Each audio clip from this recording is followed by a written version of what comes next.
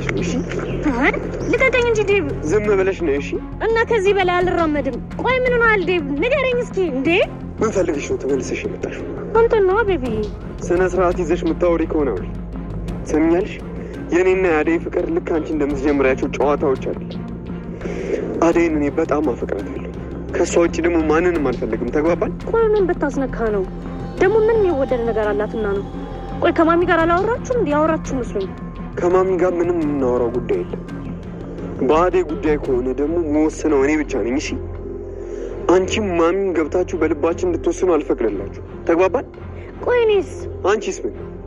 መቼም ዛሬ ከአደይ ጋር ተለያይተ ከኔ ጋሩን አትይኝም አይደለ? ፕሊስ ቤቢ፣ ምን አለበት እንደዛ ብታደርግ? ደፋር።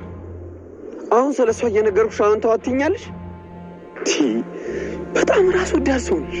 ራሴን በወድማ አንተን እዚህ እየተከተልኩ እገኛለሁ እንዴ? አንተን ስለማፈቅረ ነው። በፍጹም እንደዚህ አይነት ፍቅር የለም። አንቺ ከእኩዮችሽ ጋር ፉክክር ነው ያልሽው። ይህም ደግሞ እድሜሽ ያልፍና ፉክክሩም ሁሉም ነገር ያስጠላሻል። እሺ ከዛ በፊት ያለሽበትን ምን እንደምትፈልጊና የት መሄድ እንደምትፈልጊ ሁሉንም ነገር ጠንቀቀሽ ካላወቅሽ እንዲሁ ዝም ብሎ መጥቶ አግባኝ አንቺ ማንሽ ማለት አይቻልም። እሺ ኖ እኔ ያላንተ ደስተኛ የሚያደርገኝ ሰው የለም። ፕሊስ ዴቪዬ ተረዳኝ።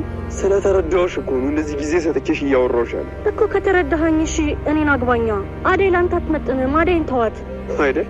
አዎ እኔ ከእሷ ጋር የማልወዳደረው እያለሁ ቆይ የማትታወቅ ሴት ቆይ ለምን? በቃሽ እሺ። ኦ ጋድ እኔም በጥፊ? አዎ ስለማታውቂያት አደይ እንዳታወሪ። ካወራሽ ግን ገና ጨምርልሻለሁ። እሺ ደግሞ ክብርሽን ጠብቂ፣ አትዋረጂ። ስሚ ከዚህ በኋላ ደግሞ ላይሽ አልፈልግም። እሺ ጨርሻለሁ። ወይኔ ቤሪ፣ እኔም ቤሪን ጥላይ ሄድክ። ዴቭ አደረግከው።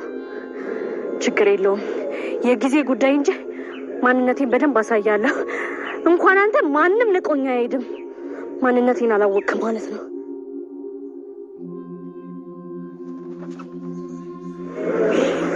ወይኔ ፍቅር እኔ የመጣው ኢንስፔክተር ምን ሊሰራ? ሰላም ክብራትና ክብራት ውድ የቻናሌ ተከታታዮች እንደምቆያችሁልኝ፣ የዛሬውን የሰራተኛዋን አደይ ድራማ እንዴት ተመለከታችሁ? ቆንጆ አሪፍ ምርጥና ሰቢ እንደነበር አንጠራጠርም። ውድ ቤተሰቦቼ እንግዲህ ሰራተኛዋ አደይ ድራማ በጣም ተሻሽሏል። አሁን ላይ 2 ቀን እየቆየ የሚለቀቅ የነበረው አንዳንድ ቀን በቀን መለቀቁላ ጀምሯል። ለምሳሌ ትላንት ተለቋል፣ ዛሬም ተለቋል። እስቲ በዚህ ነገር ደስተኛ ናችሁ? ቀን በቀን እንዲለቀቅላችሁ የምትፈልጉ ቤተሰቦች እስቲ ሀሳባችሁን በላይ ገለጹልኝ፣ እንዲሁም ደግሞ ሼር በማድረግ ገለጹልኝ። ክብራትና ክብራት ውድ የቻናሌ ተከታታዮች በመላው ዓለም ያላችሁ የሰራተኛዋ ድራማ አድናቂዎች ሰራተኛዋ አደይ ወደ መጨረሻው የተቃረበ ይመስላችኋል ወይንስ ከዚህ በላይ የተንዛዛ መሄድ ይመስላችኋል? ምን ታስባላችሁ? ሀሳባችሁን ኮሜንት ላይ ያስቀምጡልን። ምክንያቱም የእናንተ ሀሳብ ለኛ በጣም ያስፈልገናል፣ ድራማው ላይ ትኩረት እንድናደርግ ማለት ነው። በዛሬው ክፍል እንግዲህ እንደተመለከታችሁት ዴቭ ቤሪን በጥፊ ደብልቋታል። እስቲ በዚህ ነገር ደስ ተሰኛችሁ ወይንስ ደግሞ ሴት ልጅ ምንም ብታጠፋ በወንድም መመታት የለባትም ብላችሁ ታስባላችሁ? ወንዶችም ሴቶችም የራሳችሁን ሀሳብ ኮሜንት ላይ ያስቀምጡልን። መምታወቱ ግን በጣም የተገነነ ይመስለኛል። ምክንያቱም ምንም ቢሆን ሴት ልጅ ነች፣ መመታት የለባትም። እናንተስ በእኔ ሀሳብ ተስማማላችሁ ነው ወይስ እንኳን ደግሞ ጣላት ብላችሁ የተመኛችሁ ነው? ግን ደግሞ ጥፊው እና ደግሞ እሷን ጥሎ መሄዱ እና ደግሞ አንቺን አልፈልግሽም ስላላት እልህ ተጋብታለች። ከዚህ በላይ አደይ ላይ መጥፎ ሴራ ልጠነስስ ልታደርግ ትችላለች። በዚህ ነገር በእኔ ሀሳብ አትስማሙ? ምን ታስባላችሁ? ኮሜንት ላይ ሀሳባችሁን ግለጹልኝ።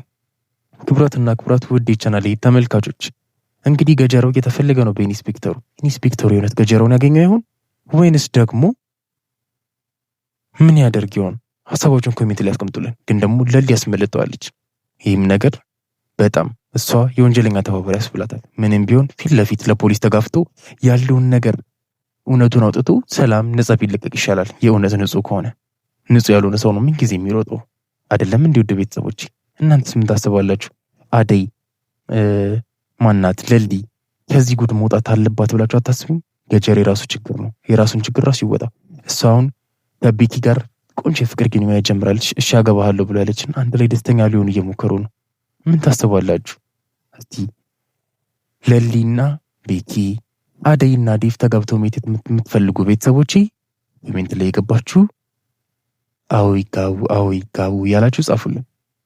ሰራተኛዋ አደይ ክፍል 246 ሲለቀቅ በዚህ በቻናላችን በኢትዮጵያ ሚዲያ ስለምንለቅላችሁ ይህንን ቻናል ሰብስክራይብ በማድረግ ቤተሰብ መሆናችሁን በፍጹም እንዳትረሱ። እናመሰግናለን።